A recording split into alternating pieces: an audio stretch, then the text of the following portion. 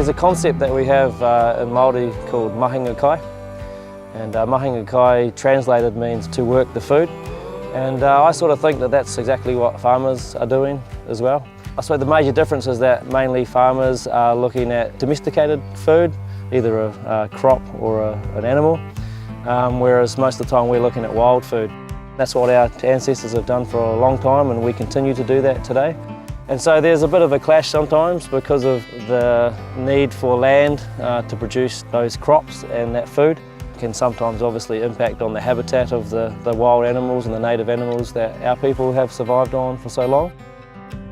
But I think there's a way to work together, especially sort of on the fringes of those habitats, like a place like Ararira, like Tārere Kautuku right here in Yar's Lagoon. On the Canterbury Plains, we have 0.05% of native plants, native biodiversity left. In that context, Yar's Lagoon is tremendously important. It's a unique area of 79 hectares that contains native biodiversity, and with a little help, that biodiversity will flourish. In the water is the last sort of bastion of our mahinga kai, so that's why it's so important for us. I love my role. I find it really meaningful. I really believe in biodiversity and protecting biodiversity. We've lost so much of it in our catchment, and it's really important to protect what we've got left. It hasn't just been the farmers that have contributed to the degrading water quality in the Ararira-LII. It's also been that Lincoln Township or the urban areas around the catchment have also contributed to the poor water quality in the river. But in recent years we've seen that getting better. We'd like to think that that will continue to do so, and as part of the Living Water project that we'll continue to see the water improving in the catchment. This whole area was covered in wetland, and it was a really difficult place for the early farmers to make a productive living out of. So they drained it, they put these drains in. While that was very effective at draining the land, it wasn't so good from a biodiversity perspective.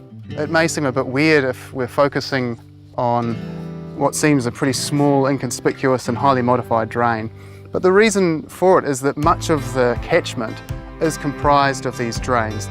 By focusing on these drains, we're improving the catchment overall, and it will improve the main stem of the river and contribute to improvements in the lake too.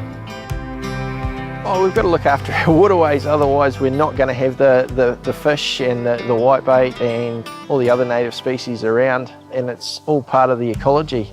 If you take one out, it affects the whole system, and water quality is the one thing that I can have an impact on. I'm always looking to the future and being sustainable in the future, so in 10, 20 years, 30 years time, I still want to be here farming in a sustainable way. All those actions that farmers take further up the catchment have a huge benefit on the health of the river and ultimately the health of the lake. I haven't yet struck a farmer that wasn't very receptive to the work that we're promoting, and indeed many of them have already been doing a great deal themselves to try and improve the health of their waterways and biodiversity in general. So they're very receptive. I can really see Living Water working very constructively with them over the next few years. We need to work with farmers, you know, we have no choice. I hope they feel the same. I hope they want to work with Māori and iwi and hapu to make it better, because I think we should be able to have both. We've been working between Living Water and Te Taumutu and Ngāi Tahu for a few years, just communicating about how best to work together. The first step really is to talk. I'm a living descendant of my tupuna and my ancestors. For them it wasn't about just survival either, it was definitely about thriving. I think the species that we inhabit this place with, they need to thrive as well, not just survive. So that's really my motto, is about thriving. You know, we all have the right to thrive, not just be eking out an existence, but actually thriving together. So that's what I'm interested in.